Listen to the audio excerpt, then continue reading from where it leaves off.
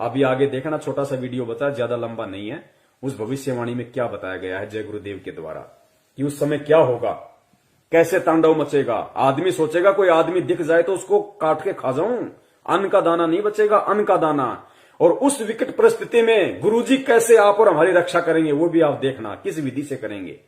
हमें भूखा नहीं मरने देंगे परमात्मा, किस विधि से और किनकी करेंगे वो भी आप देखना आगे वीडियो में। तो वो किला एकमात्र परम पूज्य सतगुरु रामपाल जी महाराज जी हैं। और जो व्यक्ति ये वीडियो देख रहे हो और अपना बचाव चाहते हो समय रहते, तो उन फर्जी नामदान केंद्रों पे जाके नाम दीक्षा मत लेना भैया, उल्टे मरोगे, उल्टे फंसोगे। सीधा सा उपाय है, सत्संग सुनो पहले। यूट्यूब पे किसी भगत से मेमोरी कार्ड लेके जो आपके संपर्क में आ जाए, कोई पुस्तक पढ़ के संत रामपाल जी महाराज जी के पहले सत्संग सुनो। अगर उनके आने तक आप सत्संग भी सुनते रहोगे और सत्संगों के माध्यम से वो जो नियम बताते हैं, जो बुराइयां छोड़ने के लिए कहते हैं, उनको आप छोड़ दोगे, आपका बाल विवाह का नहीं होगा, बाल विवाह का। और अगर उनको परमात्मा मान के, सत्संग सुन के, ज्ञान को आधार बना के कि धरती पे अगर कोई संत है तो केवल यही है, भगवान अगर कोई धरती पे है तो संत रामपाल जी महाराज है, अगर इतना विश्वास आपको हो जाए, उसके बाद में किसी भी सत्सेवक भाई बहन से संपर्क कर लेना। उसके बाद में अपने घर में परमात्मा की 3 समय की आरती करो, घर में देसी घी का खड़ी बत्ती वाला दीपक जलाओ, परमेश्वर को दंडवत करो, सत्संग सुनो, परमात्मा का शब्द सुनो। बाल बाका नहीं होने देगा परमात्मा, बाल बाका नहीं होने देगा, और कोई तरीका नहीं है। प्रकार की चीजें आगे युग में होने वाली है। जो लोग भगवान के साथ जुड़े होंगे, अच्छाई के साथ धर्म के रास्ते पर चल रहे होंगे, सिर्फ वही बचे। अब देखिए लास्ट पार्ट है, उसके बाद में हम परमपिता परमेश्वर जी की दया से थोड़ा आराम करेंगे फिर।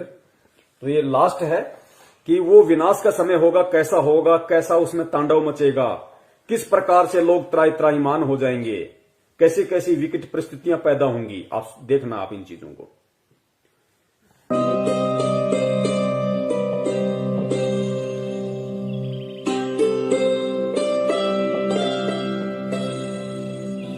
मैं सिर्फ बताता जाऊंगा, आपने सुनते जाना है।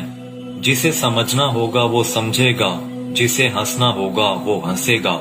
लेकिन दोनों ही स्थितियों में ईश्वर का कार्य होता रहेगा, क्योंकि वो समय आ गया है कि जब स्वयं परमात्मा अपनी रूहों को वापस ले जाएगा अपने जहान में। हिंदू, मुस्लिम, सिख, ईसाई हर धर्म को मानने वाले यह जानते हैं कि उनके इष्ट ने फिर से इस मृत्यु लोक में आने की भविष्यवाणी कर रखी है। कलयुग में कलयुग जाएगा, कलयुग में सतयुग आएगा। पाप और अधर्म को चरम तक पहुंचाने में कामयाब मनुष्य ने बहुत ही जल्द अपने विनाश की राह तय कर ली है, और जो पाप और अधर्म का चरम कलयुग के अंतिम चरण में होना चाहिए था, वो इंसान ने अभी ही हासिल कर लिया है। लेकिन अधर्म के विनाश के लिए हर युग में कोई न कोई महाभारत होती जरूर है। जब परिवर्तन होना होता है उस बीच संधि काल होता है, और संधि काल में ईश्वर प्रकट होते हैं और पाप और अधर्म का विनाश कर डालते हैं। देखो ये जगत वाले ये कह रहे हैं जब संधि काल का समय होता है, जब युग परिवर्तन होता है तो परमात्मा खुद प्रकट होते हैं, खुद प्रकट। सुनो इन बातों को। भारत होती जरूर है। जब परिवर्तन होना होता है उस बीच संधि काल होता है, और संधि काल में ईश्वर प्रकट होते हैं और पाप और अधर्म का विनाश कर डालते हैं।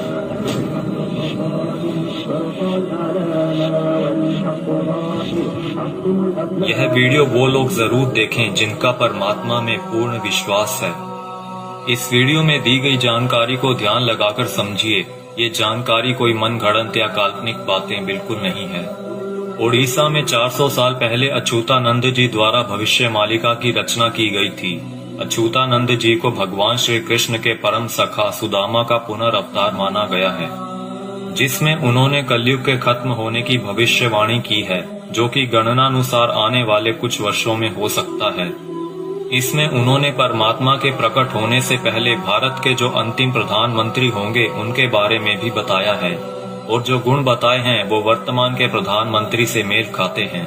यानी लोकतांत्रिक भारत के अंतिम प्रधानमंत्री होंगे श्री नरेंद्र मोदी, और उसके बाद होगा उस ईश्वर का प्रकट होना, और पूरे भारत में मिलिट्री शासन होगा, या कहीं राजतंत्र कायम हो। अंतिम प्रधानमंत्री नरेंद्र मोदी होगा, पूरे देश में मिलिट्री शासन होगा, उसके बाद प्रकट होगा कौन? परम पूज्य सतगुरु रामपाल जी महाराज जी उसके बाद पूरी दुनिया के सामने आएंगे।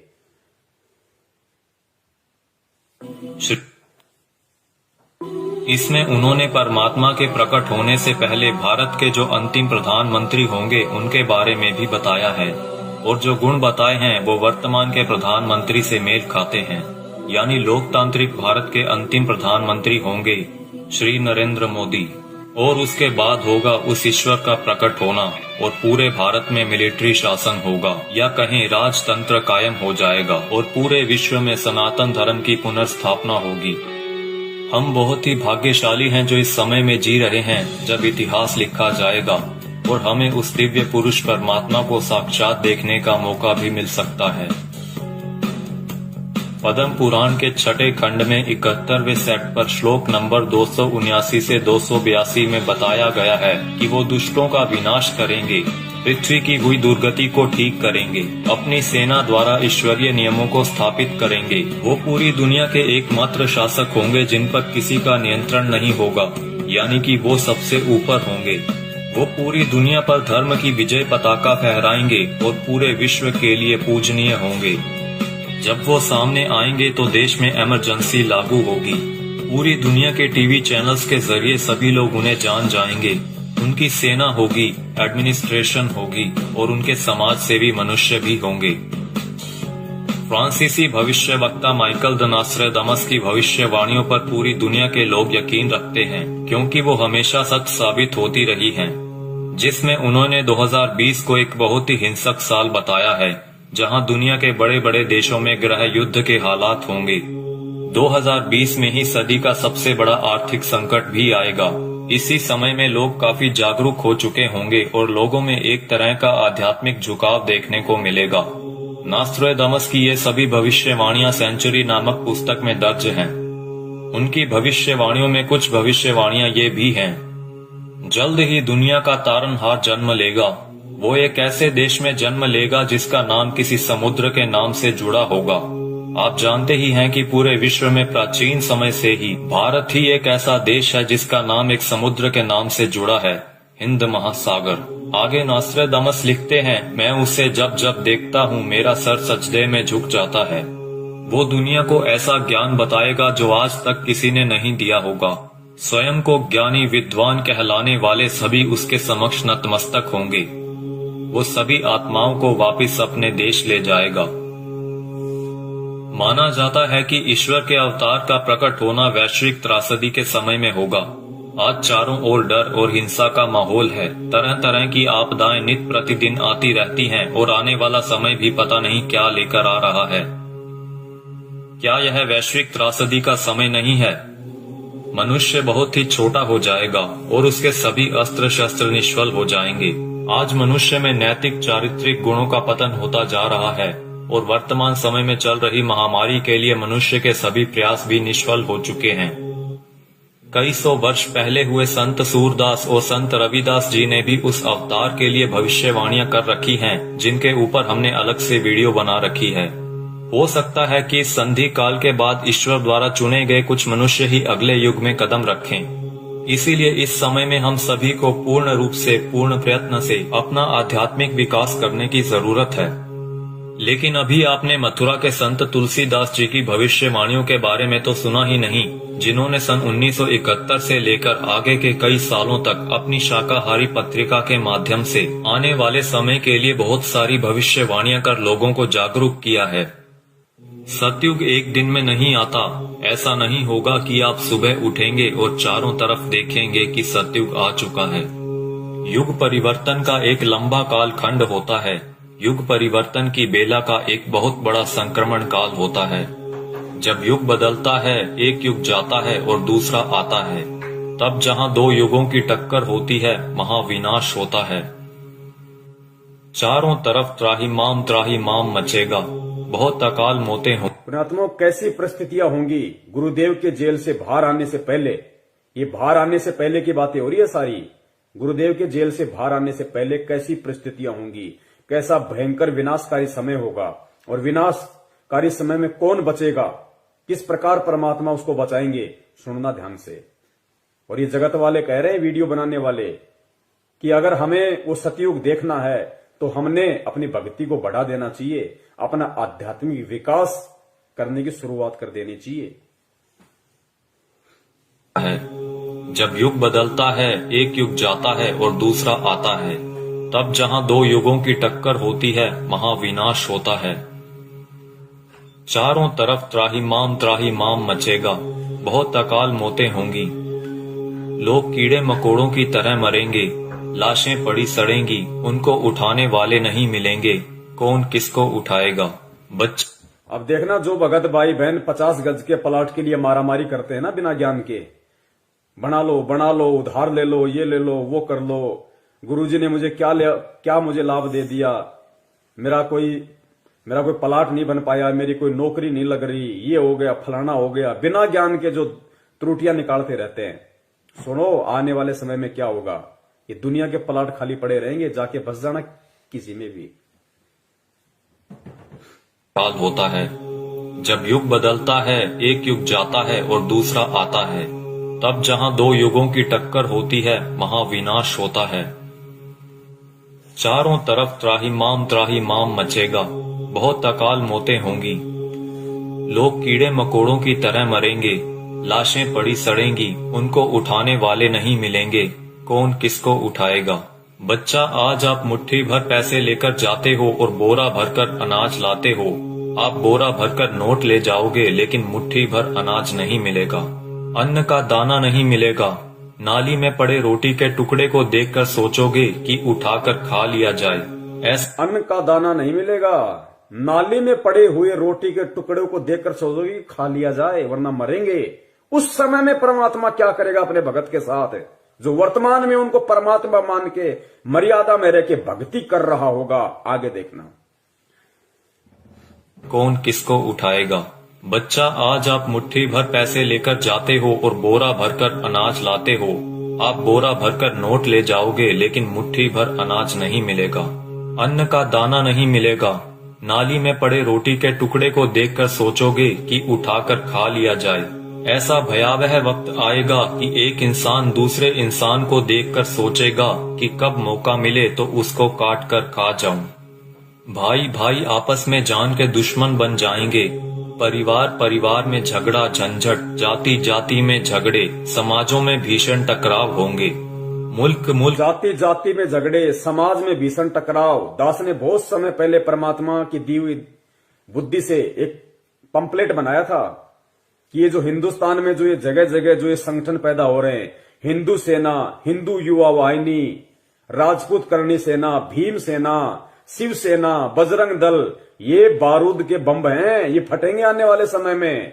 आपस में ये जो कह रहे हैं ना कि जाति जाति की दुश्मन हो जाएगी, समाज एक दूसरे के दुश्मन हो जाएंगे, ये बारूद के बम हैं जो तैयार हो रहे हैं। सरेआम तलवारें और बंदूकें लहराते हैं कि हमारा भगवा, हमारा ये, हमारा वो। ये देखना, ये त्राई मान मचेगा, गृह युद्ध। का मिले तो उसको काट कर खा जाऊं। भाई भाई आपस में जान के दुश्मन बन जाएंगे। परिवार में झगड़ा झंझट, जाति जाति में झगड़े, समाजों में भीषण टकराव होंगे। मुल्क आपस में टकरा जाएंगे, बहुत जनहानि होगी। इतने लोग मारे जाएंगे कि 15-15 कोस पर दिए जलते दिखाई देंगे। दूर तक मकान खाली पड़े रहेंगे, उनमें रहने वाला कोई नहीं मिलेगा। जो बच जाएंगे और कहीं से कोई भटकता हुआ आ जाएगा तो कहेगा कि आप यहीं रह जाइए, साथ हो जाएगा। कई छोटे बड़े देश दुनिया के नक्शे से इस तरह गायब हो जाएंगे जैसे वो कभी थे ही नहीं। अभी आपने क्या देखा है? सूखा, अकाल, भूखमरी, बीमारियां, कोलाहल, कोहराम, बाढ़, महामारी। अभी आपने कुछ नहीं देखा, वो आगे आ रहा है।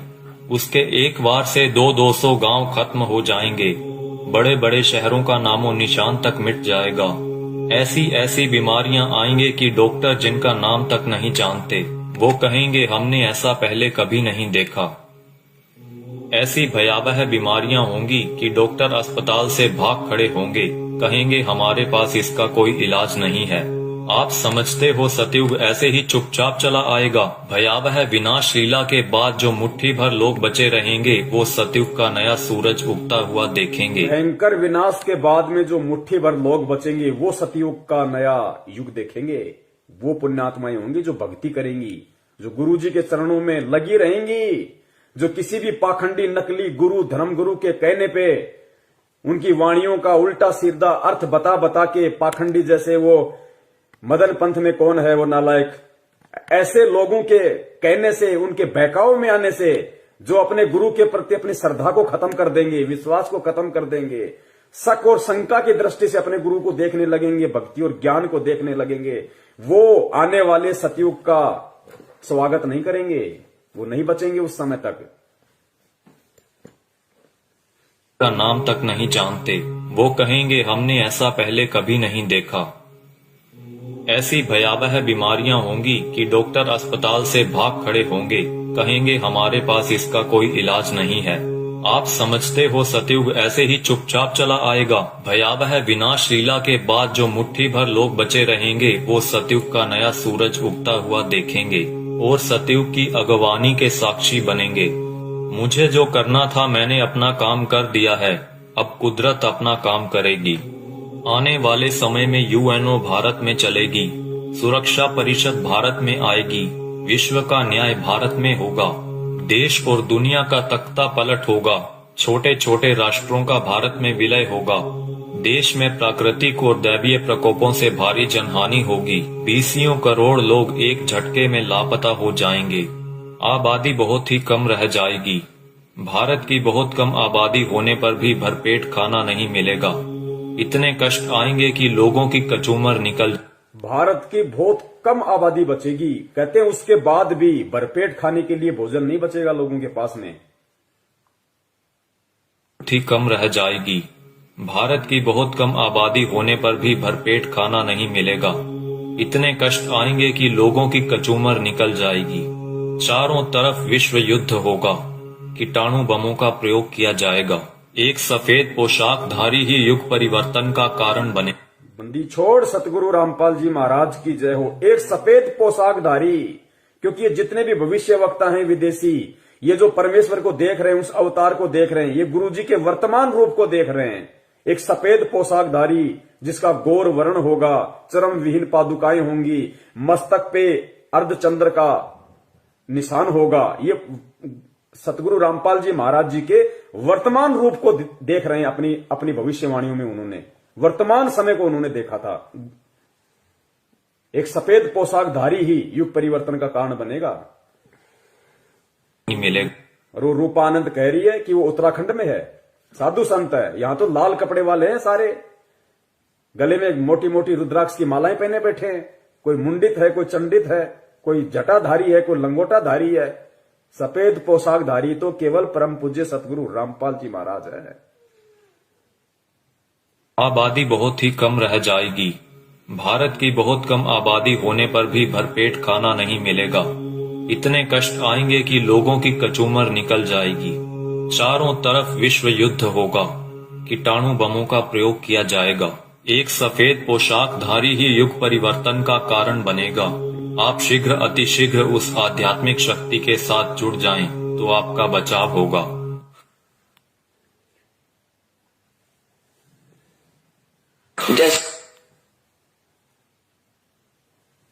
तो पुण्यात्माओं, सुना आपने किस तरीके का तांडव अभी मचना बाकी है, और उस तांडव में किस प्रकार से विकट परिस्थितियां देश और दुनिया के सामने पैदा होंगी, और उन विकट परिस्थितियों में कौन और किस तरह के व्यक्ति ही बच पाएंगे।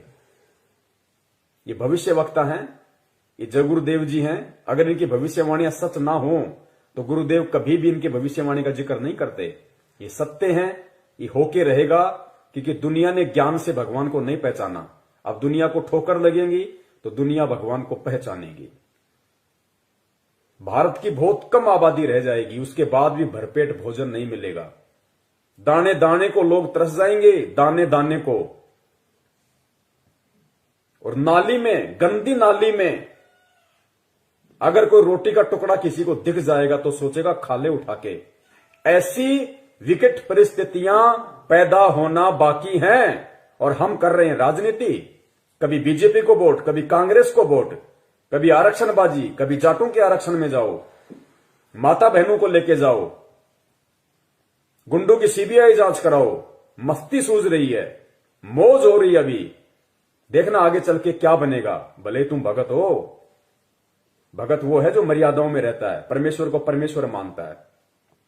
तो वो जो विनाशकारी जो समय जो बताया है भविष्य वक्ताओं ने कि दाने दाने को लोग तरस जाएंगे, ना कोई काम होगा, ना कोई धंधा होगा, ना कोई खेती होगी, कुछ नहीं होगा। उस समय जो लोग बचे होंगे वो भी भुखमरी के शिकार होंगे, दाने दाने को तरसेंगे। गंदी नाली में रोटी का टुकड़ा होगा, सोचे खा लो।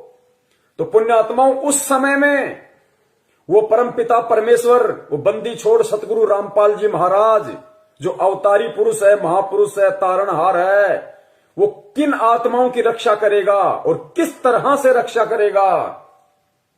वो उन आत्माओं की रक्षा करेगा जो परमेश्वर को परमेश्वर मानेंगी, जो उन्हें मुक्ति दाता मानेंगी, हृदय से, आत्मा से, जुबान से नहीं। और घर में अन्न का दाना ना होने पर भी वो परमात्मा किस तरीके से अपने बच्चों की रक्षा करेगा। पुण्यात्माओं, सबसे बड़ा भविष्य वक्ता परमात्मा होता है जो आज धरती पे संत रामपाल जी के रूप में है। लेकिन परमात्मा स्पष्ट रूप से जिक्र नहीं करते, परमात्मा संकेत कर देते हैं। तो आने वाले जो समय है भयंकर, आप और हमारे रहते सहते जो समय आएगा, उस समय के लिए परमात्मा ने कई बार सत्संगों में संकेत किया है और इशारा कर दिया परमात्मा ने कि पुण्यात्माओं, किस प्रकार भगवान तुम्हारे साथ में रहेगा, चिंता मत करना, घबराना मत, मैं सदा तुम्हारे पास में रहूंगा। किस प्रकार दया करेगा परमात्मा, इस वीडियो को सुनिए पुण्यात्माओं और परमेश्वर के चरणों में नतमस्तक हो जाओ। कभी सपने में भी मत सोचना किसी और नालायक की तरफ, किसी साधु संत महंत पाखंडी की तरफ, किसी अन्य संत पंथ की तरफ जाने की सौपन में भी मत सोचना, वरना पतिव्रता धर्म से डिग जाओगे। फिर रक्षा करने वाला इस भगवान के अलावा दुनिया में कोई नहीं है। उस विनाश के समय में, उस संघर्ष के समय में परमात्मा उसी आत्मा के साथ रहेगा जो वर्तमान के संघर्ष में परमात्मा के चरणों में पड़ा रहेगा। काल हमें जो तोड़ने की कोशिश कर रहा है, जीव आत्माओं को डिगाने की कोशिश कर रहा है हर तरीके से, सतलोक आश्रम मैनेजमेंट हरियाणा के द्वारा नित नए पीले पीले पर्चे निकाल के ज्ञान विरुद्ध आदेश दे दे के हराम की कमाई, राजनीतियां करवा के, आरक्षणबाजी करवा के, ये काल की चाल है। ये उस विनाशकारी समय में आपकी रक्षा ना हो उसके लिए आपको तोड़ रहा है। आप सोच रहे हो हम गुरुजी के शरण में हैं, आप कांग्रेस को, बीजेपी को वोट दे रहे हो भगत होके, आरक्षणबाजी कर रहे हो, कुपात्रों को दान दे रहे हो, ये कोऑर्डिनेटर भक्तों की लड़कियां ले लेके भाग रहे शादीशुदा होने के बाद, इनको दान दे रहे हो, ये भगोड़ों को दान दे रहे हो, गुरुजी के कलयुगी झूठे मक्कार परिवार को, बेटा बेटी, उनकी पत्नी को आप दान दे रहे हो। ये उस विनाशकारी समय में आप अपनी गर्दन पे तलवार रख रहे हो। दान सुपात्र को दिया जाता है, कुपात्र को नहीं। मर्यादाओं से दूर हो रहे हो आप। ये रोहतक मुंड का जिंद दीवानी हरियाणा में जो ढोंग कर रखा है इन लोगों ने, आदरणीय गरीबदास जी महाराज जी के पाठ प्रकाश का 150 दिन से ये लोग धन प्राप्ति के लिए जो ड्रामा कर रखा है, तुम सोच रहे हो हमें पुण्य मिलेंगे। गुरुदेव कहते हैं तुम करत हो पुण्य होत है पापम, तुम पुण्य समझ के कर रहे हो लेकिन अज्ञानता में तुम पाप के भागी बन रहे हो। बचाव नहीं होगा तो किनका बचाव होगा उस समय और कैसे बचाव होगा? बचाव उनका जो मर्यादाओं में रह के परमेश्वर को परमेश्वर मान के भक्ति करेंगे, जो उनका जन्मदिन नहीं मनाएंगे, उनका बौद्ध दिवस नहीं मनाएंगे, उनके नाम पे किसी भी राजनीतिक दल के चमचे बन के नहीं रह जाएंगे। उनकी परमात्मा रक्षा करेगा जो वर्तमान के संघर्ष के समय को झेल लेगा। काल एक तरफ मैनेजमेंट के माध्यम से संगत को तोड़ने की पूरी कोशिश कर रहा है, दूसरी तरफ नकली संतों को, पाखंडियों को खड़ा कर रहा है गुरुदेव के वचनों में, वाणियों में मीन में कर करके, और गुरुदेव से आत्माओं का विश्वास तोड़ने की कोशिश कर रहे हैं। परमेश्वर कहते हैं बीजक की बाता कहें बीजक नाही हाथ, पृथ्वी डुबोवन उतरे कर कर मीठी बात। उनके मीठे मीठे श्लोक सुन के, उनकी बातें सुन के हम सोचते हैं कि वहां मूल ज्ञान है, वहां पवित्र ज्ञान है, वहां ये है, वहां वो है। महीने 2 महीने जाते हो फिर गधे की तरह मुंह लटका के वापस आते हो। भगवान से दूर हो गए ना इधर के ना उधर के, धोबी के कुत्ते वाली हालत हो जाती है तुम्हारी, काल ऐसा करके छोड़ देता है। तो इस वर्तमान के संघर्ष के समय में जो संघर्षशील रहेगा, जो न टूटेगा, न डिगेगा, न झुकेगा, न मुड़ेगा, भगवान को सिर सौंप दिया तो सौंप दिया, उस आत्मा की परमात्मा फिर उस संघर्ष के समय रक्षा करेगा, जो आज उस परमात्मा के लिए संघर्ष कर रहा होगा। और किस प्रकार परमात्मा रक्षा करेगा? भक्तिहीन प्राणी और जो भगत आज मर्यादाओं में नहीं है, जो परमेश्वर को परमेश्वर नहीं मान रहे, उनकी स्थिति होगी उस समय कि गंदी नाली में अगर रोटी का टुकड़ा भी मिल जाए तो खाने को मजबूर होंगे। और जो भगत होंगे, जो सत्सेवक होंगे, सच्चे सेवक होंगे परमात्मा के, उनकी परमात्मा कैसे रक्षा करेगा? सुनो गुरुदेव के मुख कमल से। जैसे दास बार बार आपको कथा सुनाता है कि जिस समय परमात्मा के नाम से झूठी चिट्ठी लिख दी थी कबीर जी के नाम से, और 18 लाख प्राणी साधु संत आगे थे। वो साधु संत कौन थे? घर छोड़कर जंगलों में अपने गुरुओं के पास भक्ति के लिए, भगवान के लिए भटक रहे थे। वो उनकी विशेष प्यारी आत्मा थी। अब वहां उन 18 लाख को 3 दिन तक झोपड़ी में बैठे गरीब जुलाई ने, वो तो भगवान थे, लीला कर रहे थे, 3 दिन तक उनको वो भोजन खिलाया जो कभी सुना भी नहीं था उन महापुरुषों ने, भक्तों ने, साधुओं ने। और सोना की मोहर दी और दोहर दी और छक्के हलवा पूड़ी कचौड़ी जलेबी छक खावा, छह बखावा दिन में भूखे मरे तिंदरे बुगड़े खानिए थे होते। तो उनके लिए जब ये लीला कर दी, पृथ्वी का को माल भी नहीं था, सतलोक से ला दिया जाता ने। पृथ्वी का माल नहीं था, काशी का भंडारा किया परमेश्वर ने, 18 लाख को खिलाया दिन में 4-4 बार।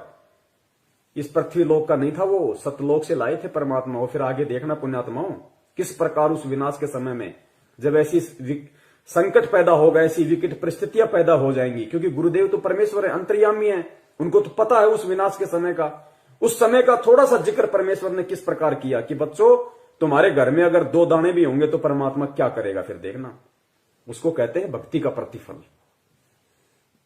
मेरे बुगड़े खानिए थे होता है। तो उनके लिए जब ये लीला कर दी, पृथ्वी का को माल भी नहीं था, सतलोक से ला दिया जाता ने। तो आने वाले समय में जैसे जनसंख्या बढ़ रही है, 100 वर्ष के बाद क्या खाएंगे ये, अगर ये माहौल नहीं बदलाते? फिर भगवान व्यवस्था करेगा। आपके घर में 2 दाने होंगे, तड़के भरा पाओगा मटका, पिप्पा भरा पाओ। आपके घर में 2 दाने होंगे ना, 2 दाने, तो परमात्मा कहते हैं भक्तिहीन प्राणियों की तरह मैं तुम्हें गंदी नाले में पड़ा हुआ रोटी का टुकड़ा नहीं खाने दूंगा। बच्चों, तुम्हारे घर में अगर 2 अन्न के दाने भी होंगे रात को, तो सुबह तुम्हारे उठने से पहले परमात्मा उस मटके को अनाज से भर देगा। ऐसी रक्षा करेगा परमेश्वर अपनी आत्माओं की। इसलिए हमारे को विश्वास होना चाहिए दृढ़ अटल कि धरती पे अगर भगवान है तो संत रामपाल जी महाराज है, उनके अलावा कोई पुरुष नहीं है। बंदी छोड़ सतगुरु रामपाल जी महाराज की जय। पीका को माल भी नहीं था, सतलोक से ला दिया जाता ने। तो आने वाले समय में जैसे जनसंख्या बढ़ रही है, 100 वर्ष के बाद क्या खाएंगे ये, अगर ये माहौल नहीं बदलाते? फिर भगवान व्यवस्था करेगा। आपके घर में फिर भगवान व्यवस्था करेगा। आज हम जो काम धंधा कर रहे हैं, 2 के 4 कर रहे हैं, हम जो अपना दिमाग चला रहे हैं कि हम कर रहे हैं तो खा रहे हैं, ये सब फेल हो जाएंगे। आज भी परमात्मा दे रहा है, आज भी परमात्मा ही करवा रहा है। कैसे करेगा परमात्मा, देखना। माहौल नहीं बदलाते, फिर भगवान व्यवस्था करेगा। आपके घर में 2 दाने होंगे, तड़के भरा पाओगा मटका, पिप्पा भरा पाओगा आटेगा, इस तरह कर देगा दाता आपके लिए। लेकिन साध वचन पलटे नहीं, चाहे पलट जाए ब्रह्मांड। अगर परमेश्वर ने ये वाणी कही है कि आपके घर में 2 दाने होंगे, सुबह मटका भरा हुआ मिलेगा, तो वो विकट समय आएगा, वो 2 दाने वाला समय आएगा भाई। तभी परमेश्वर ने इस वाणी का जिक्र किया, ये बात कही है परमात्मा ने कि आपके घर में 2 दाने होंगे। नहीं तो भगत आज हम अपना काम धंधा कर रहे हैं, अपना कमाई रहे ना, लेकिन एक समय ऐसा आएगा ना काम होगा, ना धंधा होगा, ना कोई घर से बाहर निकलेगा, डरेंगे, सहमे हुए होंगे, डरे हुए होंगे। उस समय परमात्मा कहते हैं कि जो भक्तिहीन प्राणियों भूख के मारे क्या करेंगे, कब तक घरों में बैठे रहेंगे, ना ये ब्रह्मा रक्षा करेगा, ना विष्णु करेगा, ना दुर्गा करेगी, ना काल, ना महाकाल, ना देवी देवता, ना भैरू, ना भूत, ना यार, ना रिश्तेदार, ना मां, ना बाप। आज हम जिनके लिए भगवान से दूर हो रहे हैं कि मेरी मां रुष्ट हो जाएगी, मेरा बाप मुझे लड़ेगा, मेरी पत्नी मुझे छोड़ के चली जाएगी, उस समय कोई नहीं आएगा, वो परमेश्वर आएगा उस समय रक्षा करने के लिए। किनकी? जो भक्ति करेंगे, जो भक्ति करने की इच्छा से होंगे। बढ़ रही है 100 वर्ष के बाद क्या खाएंगे ये, अगर ये माहौल नहीं बदलाते। फिर भगवान व्यवस्था करेगा। आपके घर में 2 दाने होंगे, तड़के भरा पाओगा मटका, पिप्पा भरा पाओगा आटे का, इस तरह कर देगा दाता आपके लिए। लेकिन भक्ति करवाने के लिए छोड़ सतगुरु रामपाल जी महाराज की जय हो। ये उनकी करेगा जो भक्ति करेंगे, और जो बकवाद ये उनकी करेगा जो भक्ति करेंगे, और जो बकवाद करेगा वो अपना करते रहेंगे, वो गंदी नाले के टुकड़े खाते रहेंगे भगत होके भी। पिप्पा भरा पाओगा आटे का, इस तरह कर देगा दाता आपके लिए। लेकिन भक्ति करवाने के लिए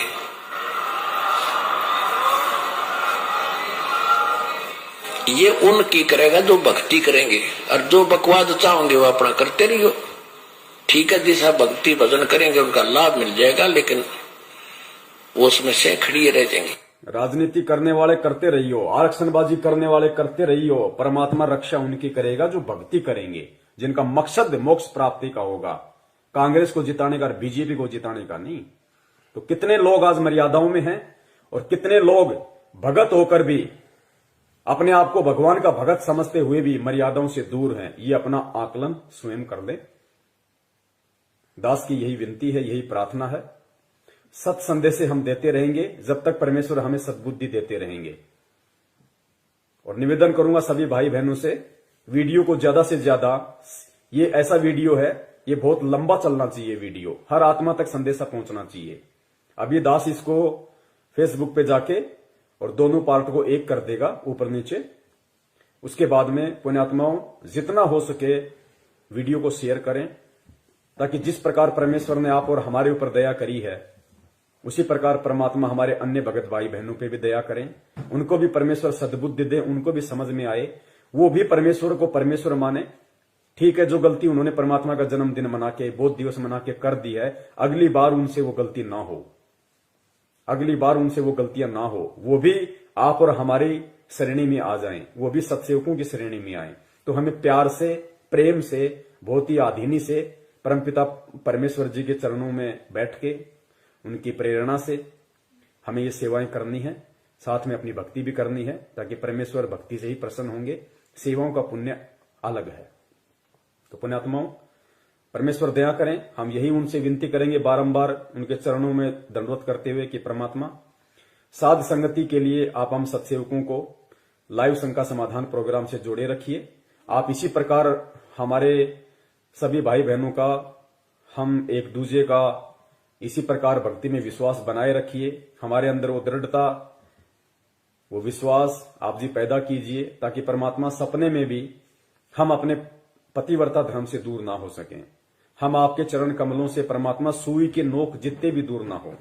और परमेश्वर यदि हमारा ऐसा कोई दुर्भाग्य, हमारा ऐसा कोई कुसंस्कार यदि हमारी ही किसी मूर्खता और गलती के कारण आना भी हो, तो परमात्मा उसी समय हमारी जीवन लीला समाप्त कर देना, और अगला जन्म परमात्मा उस समय देना जब आप हमारा मोक्ष कर सको, हमें सतलोक पहुंचा सको। बंदी छोड़ सतगुरु रामपाल जी महाराज की जय हो। सत साहेब।